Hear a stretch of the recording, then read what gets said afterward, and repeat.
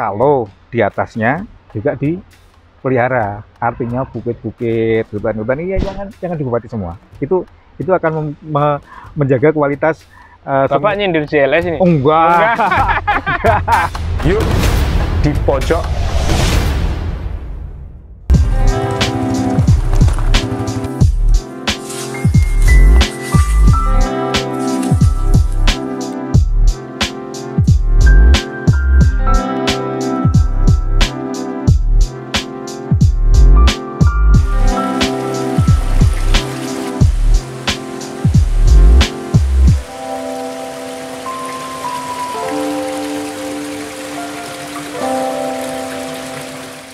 Halo teman kabar Handayani Files.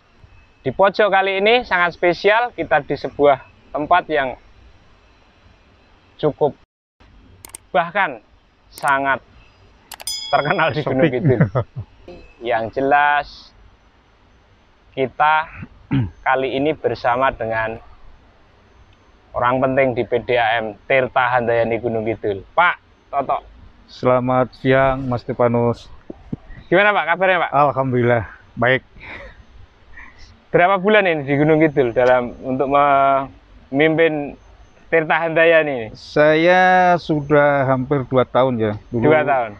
10 bulan di Direktur Teknik. Oke. Kemudian hampir 8 bulan ini di Direktur Utama. Alhamdulillah. Jadi untuk memimpin PDAM Tirta Handayani tidak terlalu kesulitan karena sudah. Insya Allah tidak. Tetapi memang persoalan air di Gunung Kidul selalu gayeng ya Pak? Wah, ini yang menarik. Inilah tujuan kami, walau di pojok, kami pengen menemui Bapak. Pak, baik. Sebelum kita ngobrol tentang air di Gunung Kidul nih, background Bapak gimana? Oh baik, terima kasih. Cerita, Pak. Barangkali saya besok bisa sekolah seperti Bapak dan bisa jadi Direktur Air Indonesia.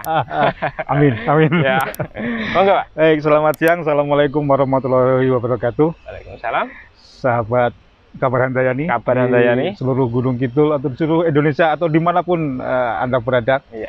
Puji syukur alhamdulillah hari ini saya bisa bertemu dengan Mas Stefanus ini, diajak di bawah pohon yang rindang. Nama saya tadi sudah dikenalkan, Toto Sugiharta. Saya memang asli Jogja dan sudah hampir 2 tahun ini saya mengabdi dan berniat ikut membangun Gunung Kidul dalam hal air bersih. Oke. Kita saat ini berada di sumber kita di Bribin, salah satu cabang Bribin yang selalu menjadi kebanggaan nasional, ini. Bahkan internasional, Pak. Internasional. Oke, siap. Kalau Bribin 1 dan Bribin 2, Bribin 2 itu bekerjasama dengan Jerman, ini yang sangat menarik. Oke, kalau Bribin 1 ini dibangun oleh PUPR, ini instalasi kita 100 liter per detik dibangun 2017 ini. Oke, keren. Kurang lebih 1 kilo dari sini, 500 meter dari sini kita bisa menemukan mulut gua, kemudian kita masuk kurang lebih ya 300 sampai 400 meter kita menemukan sungai bawah tanah. Itu yang menggunakan teknologi. Bukan, itu bukan yang di sini, yang di sana. Ini yang satu. Ini kita masih jalan, di tengah perjalanan kita harus merangkak, terus baru bisa berdiri lagi. Keren. Asik. Suatu saat nanti siap, pengen ke sana, Pak. Mungkin kita ngobrolnya di dalam, Pak. Iya. Itu lebih bagus juga. Lanjut, Pak. Jadi sangat besar, debitnya sangat potensi untuk mengakhiri kering Gunung Kidul. Sebelum di Gunung Kidul, saya dulu 22 tahun di PDAM Tirta Benteng Kota Tangerang. Tangerang? Ya, saya sebagai manajer Disdahil, distribusi dan pengendalian kehilangan air di sana. Sebelum akhirnya saya menganggap 22 tahun di perantauan sudah cukup, saya harus mengabdi kepada daerah. Karena kebetulan Gunung Kidul yang menerima saya. Gunung Kidul. Begitu kira-kira latar belakang saya. Dan tapi memang dari dulu sekolahnya memang di. Kalau background saya sebetulnya bukan di air minum ya, saya teknologi pengolahan pangan, kimia pangan. Oke. Di mana Pak? Saya di salah satu sekolahan swasta di Jogja. Saya 95 selesai, 96 saya mau coba peruntungan di Jakarta. Kebetulan ada di sana PDM baru, PDM Tirta Benteng itu masih baru. Di Tangerang itu ya? Iya, masih baru. Dan saya pegawai yang ke 15 atau berapa di sana itu? Masih benar-benar baru. Bahkan pelanggan itu belum ada 500. Ya. Masih benar-benar kosong. Nah, kalau menghitung karir Bapak di dunia perairan ini, pokoknya yang berhubungan dengan air, itu berapa lama Pak? Saya total itu 2 bulan sebelum kerusuhan 98 itu saya sudah di Oke. Kok 2 bulan? Mei 97 saya. Mei 97. Mei 97 saya. Berarti kerusuhan yang itu kali. Saya pas di sana itu. Pas Juli. 3 hari nggak bisa pulang. Yeah. Jadi kurang lebih 24 tahun. 23-an ya. 23-an. Ya.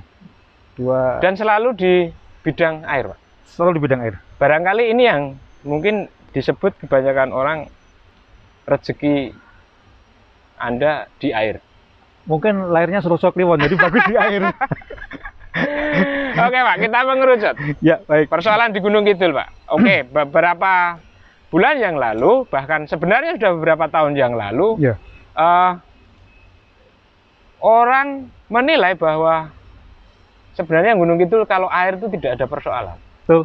Tetapi kemudian banyak sekali yang tetap menganggap bahwa ini adalah persoalan airnya. Kalau menurut Bapak melihatnya? Jadi menurut saya selama saya di Gunung Kidul ini, 5 bulan saya di Gunung Kidul, saya membuat buku kajian untuk menyelesaikan kekeringan di Gunung Kidul itu ada di 2 titik. Waktu itu saya bikin kajian untuk optimalisasi seropan 200 liter per detik, optimalisasi ngubaran 100 liter per detik. Saya bikin buku seropan ini yang seropan itu yang Semanu. Oke. Yang di pinggir jalan. Ya, itu ya, juga masuk gua. Oh iya, betul. Ya. Ngubaran 100 liter per detik ini bisa untuk mencukupi kebutuhan masyarakat Panggang, Saptosari, Purwosari, dan Palian. Ngubaran. Saya prediksi, dari Ngubaran. Saya prediksi sampai hitungan saya 10 tahun ke depan itu masih ada idle capacity kurang lebih 20 liter per detik. Kalau dengan tambahan 100 liter per detik. Karena di sana sudah pipa-pipa sudah terpasang, tapi isinya belum ada. Ya. Menarik yang ini. Ngubaran itu kapasitas debit dalam catatan ini 200 liter per detik. Baru dimanfaatkan 40 liter per detik untuk melayani 6.900 pelanggan. 6.900 pelanggan. Seharusnya dibutuhkan sekitar 70 liter per detik, tapi baru 40 liter per detik. Jadi ada minus. Minus ini gimana nutupnya? Minus nutup ini dengan mengoperasikan 100 liter per detik lagi dari Ngubaran. Kalau itu terwujud, ya alhamdulillah. Kualitas kehidupan masyarakat di Gunung Kidul bagian selatan barat itu akan menjadi lebih baik. Karena airnya tercukupi, JJLS sudah jadi, perekonomian pasti meningkat. Perekonomian meningkat itu harus diimbangi dengan air yang cukup. Itu harapan kami. Orang seperti saya selalu bertanya begini, Pak. Orang mengatakan bahwa kita punya sumber air banyak banget. Ya. Tetapi minimal 10 tahun ini, apakah Pak Toto juga melihat perkembangan penduduk di Gunung Kidul juga? Karena saya melihat kan banyak sekali perumahan baru, Pak. Dan mereka pasti akan membutuhkan jaringan-jaringan ini. Betul. Saya ngitung dengan Ngubaran itu pertumbuhan penduduk 1,5% per tahun. Itu masih cukup kebutuhan itu. Dan di Wonosari sendiri sekarang pertumbuhan perumahan cukup banyak. Betul. Itu juga membutuhkan air. Betul. Ada beberapa rencana kami untuk memang mencukupi kebutuhan ini. 100 liter per detik di Ngubaran, pipa-pipa sudah ada semua, tinggal bagaimana mengisi. Kemudian seropan 200 per detik itu nanti untuk daerah Tepus, Rongkop, Giri Sobo, dan Semen Ngawen. Daerah timur itu terpenuhi dari situ. Terpenuhi dari harapan kami. Tapi memang kondisi saat ini itu ternyata kita tidak bisa lari sekencang-kencangnya. Kondisi pandemi ini itu tapi sepertinya mengganggu. Sepertinya terlalu klasik, Pak, kalau kita menggunakan alasan pandemi. Kemarin nggak pandemi juga begini-begini. Nah, kemarin beda. Oke. Contoh. IKK Tanjung Sari. IKK Ya. Tanjung Sari itu sudah dianggarkan sejak 2019. Direfocusing pendanaan 2020. 2020 direfocusing lagi. Mundur ke 2021. 2021 mundur ke 2022. Terakhir informasi 2022 mundur lagi 2023. Alasannya yaitu klasik tadi. Pandemi. Dananya untuk memang sih mau tidak mau tetap harus diakui bahwa pandemi. Saya juga rokok saya juga ganti, Pak, karena pandemi. Jadi kita lari dengan kencang ini ada yang menghambat. Nah, kemudian saya juga berpikir kalau ini kita harus berpegangan terus kepada APBN, APBD, ya kita akan pertumbuhan air ini akan sangat lambat. Akhirnya kami juga menyasar hal-hal yang lain yang bisa kita gunakan Nah, itu. untuk mendanai. Saya punya ide nih, Ya. ini bisa diselesaikan dengan cara begini-begini. Cuma sekarang permasalahannya pendanaan. Ya, Ketika APBD, APBN itu selalu tertunda, bagaimana kita meng-create lagi itu dana yang gede ini coba dimulai dari yang kecil. Kita sodorkan dulu yang kecil ke pemerintah. Kalau masih yang kecil ini masih belum bisa, coba kita cari mungkin ada CSR atau apa yang bisa digunakan. Sebelumnya, Pak. Ya. Tadi tentang pipa yang sebenarnya di daerah Ngubaran, Panggang, dan lain sebagainya. Saya jadi teringat ini, Pak. Teringat sebuah tulisan dari seorang teman saya yang sekarang tinggal di Riau. Itu tuh ada, mereka bertanya begini, di mana letak museum pipa terbesar di dunia? Gunung Kidul. Gunung Kidul. Tetapi itu anekdot saja sebenarnya, hanya untuk mengkritik. Ayolah kita fungsikan. Betul. Nah, kalau tadi Pak Toto menangkap bahwa kita harus memulai yang kecil-kecil lagi. Kecil-kecil dulu lah dalam kondisi seperti ini. Kalau rencananya PDAM sendiri? Ada. Jadi saya sudah membuat rencana 5 tahun ke depan, jangka menengah, jangka pendek, jangka panjangnya. Ternyata itu kalau terhambat pendanaan. Sekarang kita manfaatkan di sekitar Wonosari sendiri, itu ada banyak sumur bor yang saat ini belum difungsikan. Ini juga ingin saya tanyakan. Belum difungsikan. Kalau saya punya catatan dari BBWS itu sekitar 248 sumur bor, baru dimanfaatkan 15 oleh PDAM, 55 itu oleh irigasi. Sisanya ini masih ada. Kemarin 2 minggu yang lalu kita tes pumping salah satu sumur. Itu debitnya sangat bagus. 12 liter per detik. Itu sumur itu nganggur sudah lama. Itu juga akan kita manfaatkan untuk memperbaiki pelayanan di satu wilayah di Wonosari. Tapi Pak, untuk meyakinkan saya Pak, sebenarnya kondisi air yang jenengan kelola ini sudah memenuhi standar internasional kah untuk dikonsumsi? Kalau dari hasil lab yang selalu dilakukan oleh Dinas Kesehatan, itu masih mencukupi. Kualitasnya masih bagus. Makanya kalau saya itu masuk gua itu kadang kan kok ini seger gitu, tapi apakah kemudian ini kalau dikonsumsi ini layak sesuai kebutuhan masyarakat gitu? Seharusnya layak. Nah, ini Gunung Kidul itu daerah istimewa. Coba Pak, jangan seharusnya dong Pak, saya pengen tanya, jangan seharusnya dong, sesuai dengan daerah istimewa di dalam wilayah istimewa Yogyakarta. Kenapa istimewa? Gunung Kidul itu sumber airnya potensinya sangat luar biasa. Seropan itu 950 liter per detik, Beribit ini sekitar 800-an, Ngubaran itu di atas Baron di atas 1000, Ngubaran itu 200, sebelah baratnya lagi ada Bekah itu 800 liter per detik. Satu sungai saja untuk menyelesaikan kekeringan di Gunung Kidul sudah selesai. Tapi, ada tapinya. Tapi tentu saja sesuai dananya ada. Kalau dananya nggak ada, ya nggak bisa. PDAM itu adalah operator.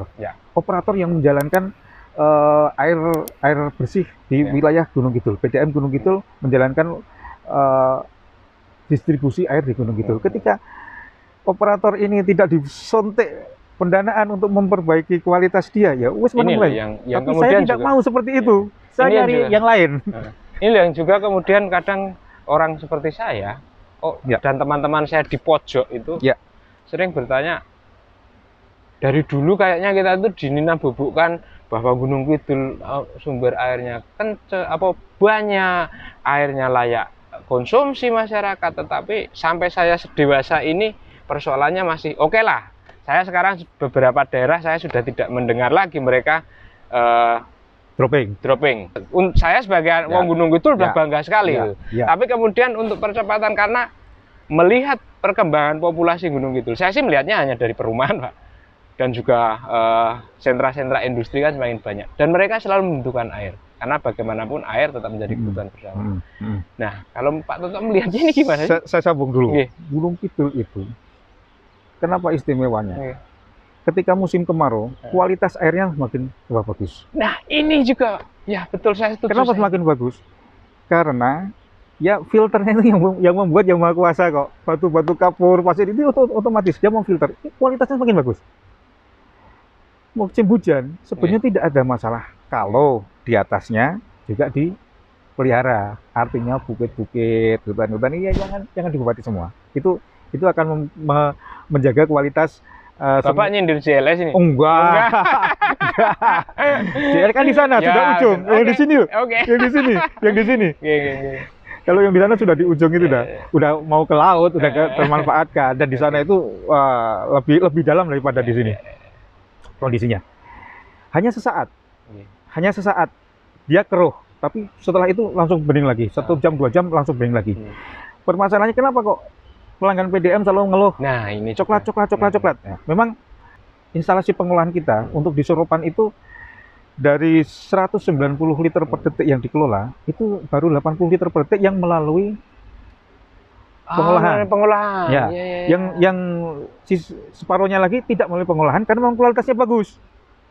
Tapi di dalam masa saya ini, saya juga sudah mempunyai rencana untuk mengakhiri itu seperti apa. Ya kita bikin lagi instalasi pengolahan kapasitas 100 liter per detik. Itu ya sudah kami sampaikan ke stakeholder kita yang terkait dengan kita, juga sudah saya presentasikan ke provinsi. Ya, ini loh tanggapan mereka masalahnya. Sepertinya Masalah pendanaan. Ini ya boleh nggak sih Pak, kira-kira kami urunan koin gitu? Kondisi saat ini memang mengharuskan kita pelan-pelan jalannya. Betul. Nah, kita pelan-pelan jalannya, tapi pasti.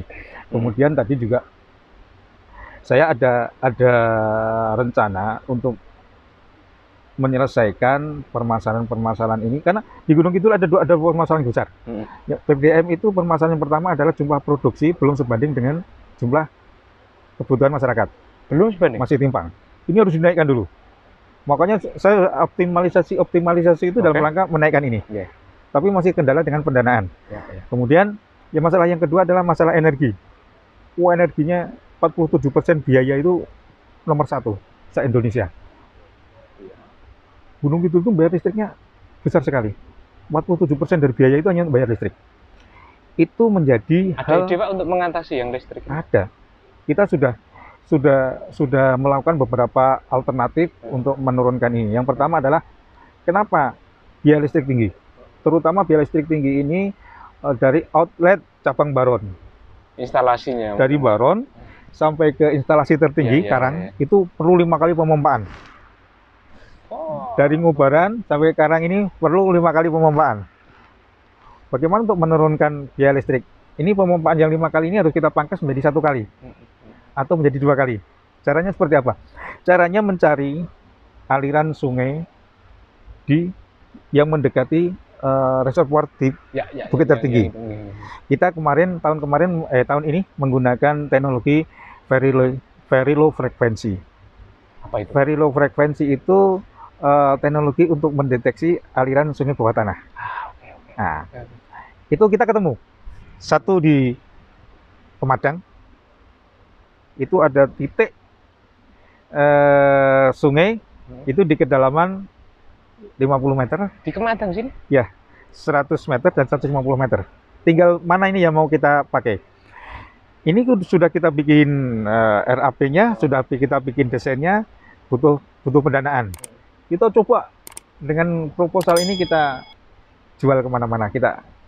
Siapa kita tawar bisa membiayai. Tapi tidak ada perhitungan bisnis di sini. Siapa yang mau membiayai? Karena ini untuk kepentingan masyarakat. Alhamdulillah ada, tapi belum cukup sekarang. Tidak perlu saya sebutkan. Ya, nanti saja Pak. Kalau sudah Pak. Kalau sudah benar-benar deal, kita bergerak baru di sini Pak. Nanti kalau itu sudah terlaksana, nanti bisa undang saya lagi untuk itu. Dari itu, kalau itu saya aktifkan, yang 5 tingkatan tadi bisa saya pangkas menjadi 1 tingkatan. 1 kali pemompaan sudah sampai ke reservoir tertinggi, baru ke masyarakat.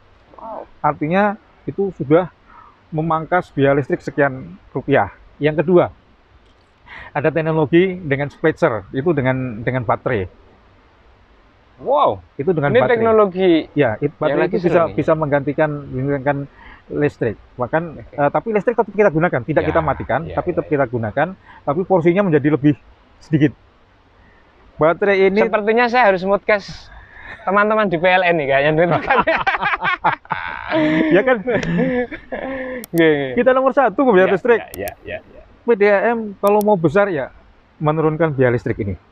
Itu sudah kita akan yang satu sudah jalan, yang ini sedang kita jajaki, untuk ini kita terapkan. Mungkin di minggu-minggu ini sudah mulai di salah satu titik. Nanti yang tadinya bayarnya segini mungkin nanti jadi segini, karena kita mengurangi pemakaian listriknya, tidak mematikan tapi mengurangi.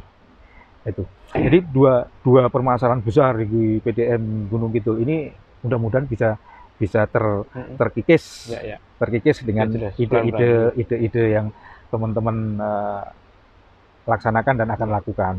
Ini sangat apa ya? Sangat mengganggu gitu loh. Ketika kita menjual air tapi kebutuhannya kurang, ya kan harus ditingkatkan. Betul. Butuh masyarakat itu 10, tapi kita bisa 5. Ya ini bikin 10 atau bikin 11 dulu. Baru aman. Nah, listrik juga demikian. 47% dari biaya itu sangat besar. Orang itu 13% aja sudah ngeluh. Kita 47. Ini juga harus kita turunkan. Ini semua sedang kita jalankan. Sambil berjalan ini, sambil memperbaiki pelayanan. Karena kalau ini turun, biaya listrik turun, saya yakin PDAM bisa memperbaiki pelayanan kepada masyarakat terhadap pengaduan-pengaduan yang selama ini mungkin belum bisa kita perbaiki karena memang pendananya kita sangat minim. Terus sedot ke sana semua. 47% itu. Kalau itu bisa turun sekitar 10% atau 15% sudah sangat membantu PDAM. Oke, kerangka besarnya adalah persoalannya adalah di pendanaan, baik di tentang listrik nih tadi maupun instalasi dan juga infrastrukturnya. Betul. Kita mau nambah produksi, biaya dari pemerintah tapi sekarang terhambat. Harus dengan biaya sendiri. Kita mau menaikkan tarif tidak mungkin dengan kondisi seperti ini. Teriak, Pak. Iya kan? Bagaimana caranya? Turunkan listriknya. Itu otomatis nanti PDAM bisa membiayai sendiri. Boleh nggak ini saya ngobrol sama teman-teman PLN yang ini? Monggo. ini legal. Tapi gini, Pak. Ya. Ini legal. Tapi gini, Pak. Banyak sekali sekarang sumur bor yang dilakukan oleh masyarakat sendiri. Sumur-sumur pribadi kayak gitu. Itu kira-kira berdampak nggak, Pak? Maksudnya, baiklah, monggo. Baik dampak melalui perhitung-hitungan PDAM, kan masyarakat juga jengah, Pak. Duh, banyu ngalirnya jam segini, saya harus ngebor sendiri. Itu pilihan yang sulit bagi masyarakat sebetulnya, dan pilihan yang sulit bagi PDAM sebetulnya. PDAM, masyarakat melakukan seperti itu karena PDAM pasti tidak mampu. PDAM tidak bisa mencegah, tapi yang bisa mencegah adalah ketika sumur itu dikomersialkan, ngebor, Pak Stefanus ngebor tapi dengan tetangganya, itu kan harus dengan izin SDM. Apa sekarang perizinan itu sudah ditempuh. Kami pun saat ini sedang mengurus 15 sumur yang kami pakai itu perizinannya. Itu sumur warga atau? Bukan, sumur yang dibikin oleh BPWS dulu. Nah itu saya tanyakan juga. Ya. Terkait dengan tanggapan PDAM sendiri dengan maraknya spamdes, di mana mereka kadang juga ingin mengelola sumur bor yang berada di wilayah mereka. Itu kalau menurut PDAM? Sebetulnya karena nunggu PDAM sendiri kan juga harus. Nah, makanya itu. Kalau menurut Bapak? Dengan mengaktifkan optimalisasi sumber-sumber tadi, seharusnya tidak terjadi seperti itu. Ngebor itu juga nanti kan akan merusak lingkungan. Berapa tahun lagi nih, Bang? Nah, anak cucu kita yang di belakang sana nanti kebagian tidak. Tapi kalau dikelola satu sumber dengan memanfaatkan sumber yang memang disiapkan untuk masyarakat, yaitu seperti sungai bawah tanah itu kan memang disiapkan untuk masyarakat. Sungainya ada, jalannya itu ada, sudah masuk. Itu kan lebih terjamin. Tapi artinya dari PDAM sendiri itu sebenarnya setuju nggak sih dengan gerakan warga desa yang kami tidak bisa melarang. Kami tidak bisa melarang. Kalau itu memang belum kami layani. Tapi kalau sudah kami layani ya sebaiknya jangan. Sebaiknya jangan. Jadi tidak ada singgungan. Dan itu saya rasa Bapeda sudah beberapa kali ngundang antara PDAM dan Pamsimas agar di tahun depan ini ada Pamsimas di sini, ada itu tidak bersinggungan. Itu sudah dipetakan. Ya kalau semua desa nanti akhirnya begitu malah chaos, Pak. Rusak alam kita nanti. Terus ini, Pak, dengan perkembangan industri di Gunung Kidul. Ya. Itu sudah menjadi hitungan Bapak kebutuhan air mereka? Seropan tadi 200 liter per detik itu memang salah satunya adalah untuk mencukupi kebutuhan kawasan industri semen. Itu kami anggarkan di sana. Nanti di sana ada kawasan industri, ya sumbernya dari situ. Ya. Kemudian di daerah selatan mungkin nanti ada pariwisata yang cukup tinggi. Itu ya nanti kami anggarkan, kami rencanakan dari IKK Tanjung Sari dan dari Kematang tadi. Itu untuk memenuhi kebutuhan pantai dan pertumbuhan perekonomian di sepanjang GJAS. Itu sudah kami petakan seperti itu. Sebenarnya untuk dilaksanakan tinggal berapa gitu ya Pak? Betul. Tinggal hari Pak. Tapi Betul. kondisi ini ya sekarang kita ke Bapak kita itu artinya ada provinsi, ada pusat, itu kan. Itu penanganan COVID ini kan tidak bisa ditunda. Ya. Sementara penanganan untuk kebutuhan seperti air ini ternyata masyarakat masih bisa mengusahakan. Tapi mungkin karena apa ya? Meskipun dengan biaya yang mahal mereka harus beli tangki, harus beli, tapi masih bisa itu. Tapi kalau COVID kan tidak bisa, harus diutamakan. Itu saya juga, ya mungkin kondisinya harus begini. Di saat saya datang di sini, kita pengen lari kenceng, tapi kondisinya seperti ini ya. Kalau ini Pak, kalau terkait dengan masyarakat sendiri yang banyak berkeluh kesah ketika musim-musim ya. Tadi kembali lagi ke belakang, tapi intinya bahwa Bapak kuat gimana? Menghadapi ya warga masyarakat yang terlanjur terbuai dengan kekayaan air Gunung Kidul, tetapi ternyata mereka masih menghadapi realita yang demikian. Optimalisasi jelas itu akan mencukupi kebutuhan air masyarakat. Sudah kita rencanakan, tapi belum terlaksana. Keruh di musim-musim tertentu itu juga sudah kami rencanakan untuk membangun instalasi pengolahan agar air harus masuk pengolahan dulu baru didistribusikan. Tapi kalau ini belum, ya kita sekarang memfungsikan yang namanya flushing, membersihkan pipa. Saluran dibuka dicuci pipa itu, jangan endapan yang ada di dalam pipa itu tidak sampai ke masyarakat. Hanya itu yang bisa kita gunakan. Kemudian kita juga mengupgrade operator yang di lapangan, jangan sampai ketika air keruh ini kita telat mematikan pompa.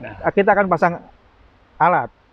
Ketika keruhnya meningkat, ini langsung menginstruksikan ke pompa, tek, mati gitu. Yang otomatis, oke. Tapi kemarin biayanya masih mahal sekali. Masih mahal. Biaya lagi ya Pak? Ya, tentang biaya lagi ya? Masih di atas 200 jutaan untuk itu. Oke. Pak, orang-orang seperti kami di pojok ini, apa sih yang bisa kami lakukan bersama PDAM biar persoalan yang terus berkelanjutan di Gunung Kidul ini paling tidak lebih terurai bareng? Alih-alih kami selalu membuat status-status, wah PDAM bla, PDAM beli, apa sih yang bisa kami lakukan bersama? Memang pencerahan kepada masyarakat pelanggan sangat perlu. Sangat perlu. Yang pertama, yang kedua, penanganan pengaduan pelanggan itu harus secepat mungkin. Mungkin sekarang kita punya wadah ya humas itu sekarang sudah lebih tanggap dan lebih cepat. Keren Pak, humas Bapak itu keren. Iya, untuk menyelesaikan permasalahan itu. Ada juga sebagian pelanggan kita yang sudah kirim pemberitahuan ke kita bahwa memang PDM penanganan pengaduan sekarang cepat, sudah berubah. Aplikasi lancar Pak? Aplikasi lancar. Mudah-mudahan itu bisa dilakukan untuk memberi untuk melibatkan teman-teman yang di pojokan tadi, termasuk sosialisasi. Nah, ada gangguan itu ngadunya langsung aja ke humas, jangan ke medsos gitu loh. Netizen Pak zaman sekarang. Nah, itu penting sekali, pembelajaran itu penting sekali. Ya, kami juga menyadari bahwa saat ini PDAM sedang berusaha berubah, dari dalam segala hal pelayanan. Kita ingin menjadi pelayan yang terbaik di bidang air minum di Gunung Kidul. Kayaknya kemarin dapat penghargaan deh. Alhamdulillah, ya kan? Alhamdulillah. Kemarin ada penghargaan sebagai CEO.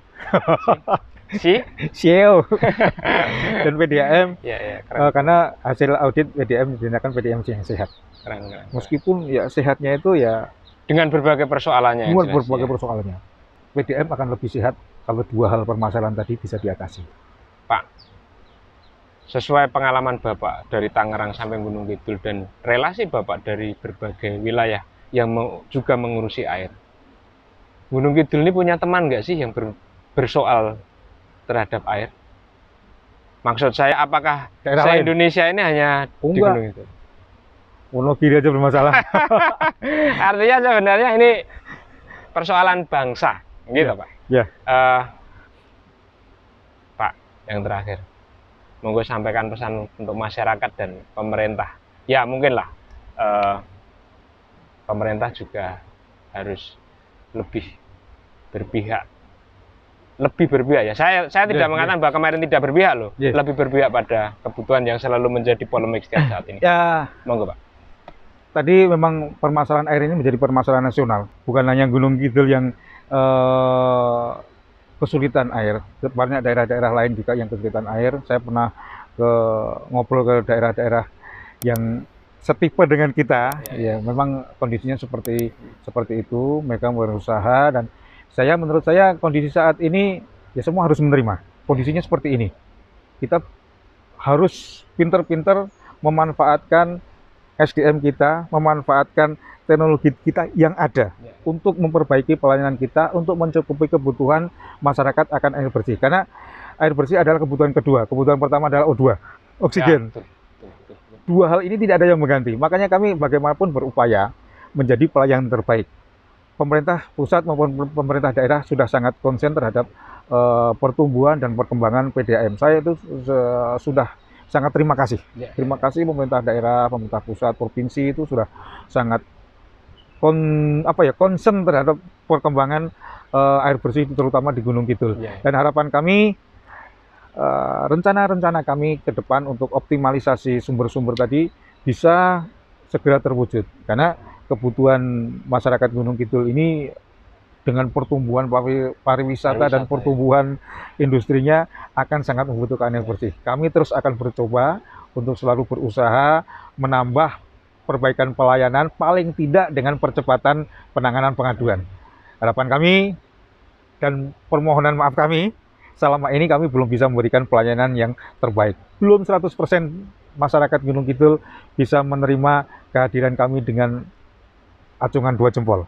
Mungkin yang satu masih miring, yang satu masih miring, atau dua-duanya miring. Ini akan kami tegakkan begini. Dan mudah-mudahan niatan kami ini mendapat dukungan oleh semua pihak, semua stakeholder, baik teman-teman yang di pojokan, teman-teman yang tidak di Gunung Kidul, di luar daerah, Gunung Kidul perlu ini, untuk membangun air bersih. Itu kami sangat mengharapkan. Mungkin itu yang dapat kami sampaikan. Terima kasih waktunya. Yang jelas kami terima kasih Pak di tengah kesibukan Bapak. Sama-sama. Masih menerima investor Pak? Insya Allah. Amin. Teman di pojok, demikian bersama Direktur Utama PDAM Tirta Handayani Gunung Kidul. Next time tetap di pojok saja. Turun.